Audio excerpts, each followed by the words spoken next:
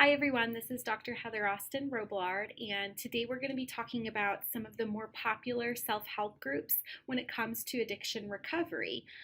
We will focus a little bit on the 12 steps of recovery and the different groups that follow the 12 steps, as well as some other ones that are not as common but can also be useful in addiction recovery. Alcoholics Anonymous, or AA, is the most popular self-help group for addiction recovery.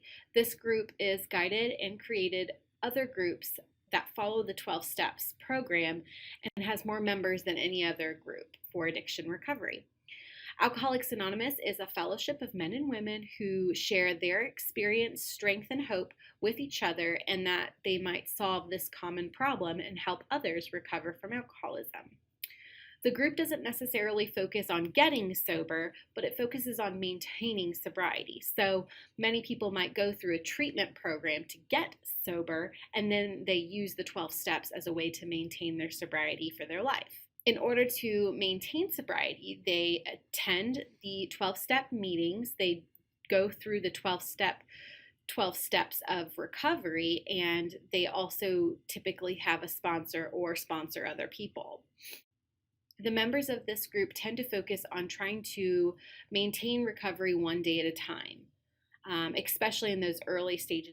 Sometimes recovery can feel like you're looking at this gigantic mountain that you have to climb. And so if you take it at one step at a time or one day at a time, then it doesn't seem so scary or so intimidating. No meeting is necessarily the same. In AA meetings, you generally will see and hear people sharing their stories of how they became sober, encouragement to keep going. There might be readings from the Big Book, which is the book about the 12 steps.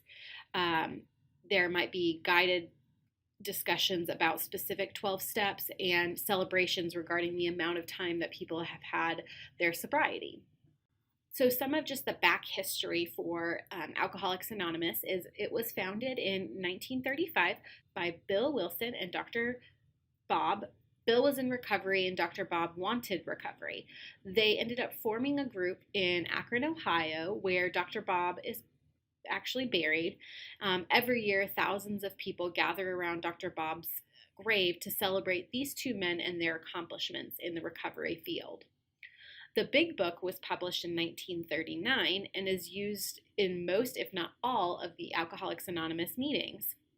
There are many types of meetings. Some are in the public, where others are for members only. So we talk about open and closed meetings. Open meetings are those meetings that are open to anyone. It can be members, anyone who's interested in learning about AA, family members, anything like that. And then closed meetings are specifically those meetings for just the members of AA, so those people that are seeking out sobriety. Some meetings focus on specific topics, such as certain steps in the 12 steps or studying the Big Book, whereas others are more of just discussing and processing what's going on. There are also meetings for specific populations, such as women, men, or the LGBT community. The AA group recognizes itself as spiritual but not religious. People often have a hard time separating these two, spirituality and religiosity, and members of AA are no different. It is a set of beliefs that are followed by a group of people, such as Catholics or Buddhists. Spirituality is often found in people who are religious, but you can be spiritual without being religious. Spirituality, as far as AA is concerned, means believing in something greater than yourself. This could be Mother Nature, the group itself, family, or even just the Big Book. So important information that are frequently asked questions of membership. There is no cost. It's a completely free self-help group. It's not part of any organization, sect, church, anything like that. The government, nothing. It is just a anonymous group of people talking about their sobriety. AA and other 12 groups are facilitated by laypersons. These are just members of the group, so there's no educational requirement. The basis or qualify is a personal experience with addiction and recovery. There are no lists of the members, which is why there's not as much research on AA, because it is completely anonymous. AA does not recruit, check sobriety, or drug tests its members. Now, some probation officers will require you to get signatures for attending AA meetings, but AA does not necessarily recognize any government entity. It does not align with religion. It does not give out meds, offer psychological services, or other social services such as housing or letters to courts. It does not break anonymity and accept donations from people who are not members. 11. The 12 steps of recovery are generally the same across the different groups. So groups like Alcoholics Anonymous, Narcotics Anonymous, Al-Anon, all of these groups basically follow the same 12 steps, except for the only thing that might be different is step 1. That changes, whereas for Alcoholics Anonymous, it is we are powerless over alcohol. For Narcotics Anonymous, it is we are powerless over drugs. For Al-Anon or Codependency Anonymous, it is we are powerless over people. The rest of the steps stay the same.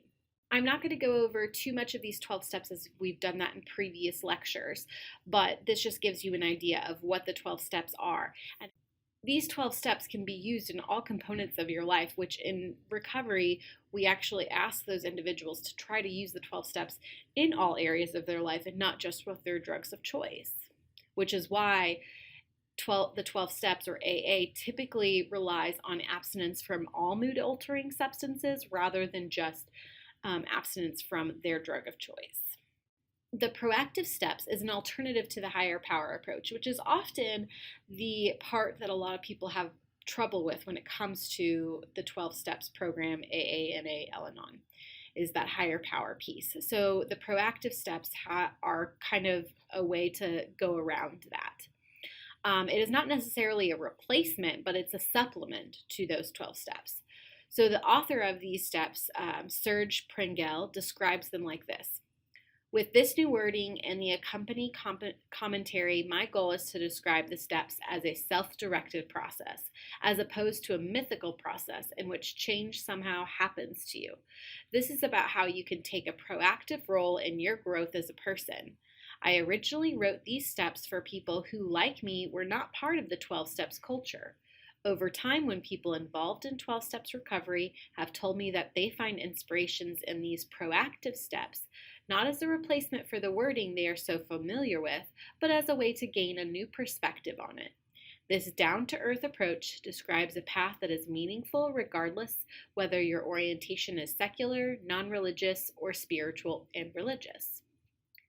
As you look through these slides, you can see the comparison between the original wording in the big book and the newer proactive approach. Try and think about what would work best for you and why it might work the best for you as you read through these.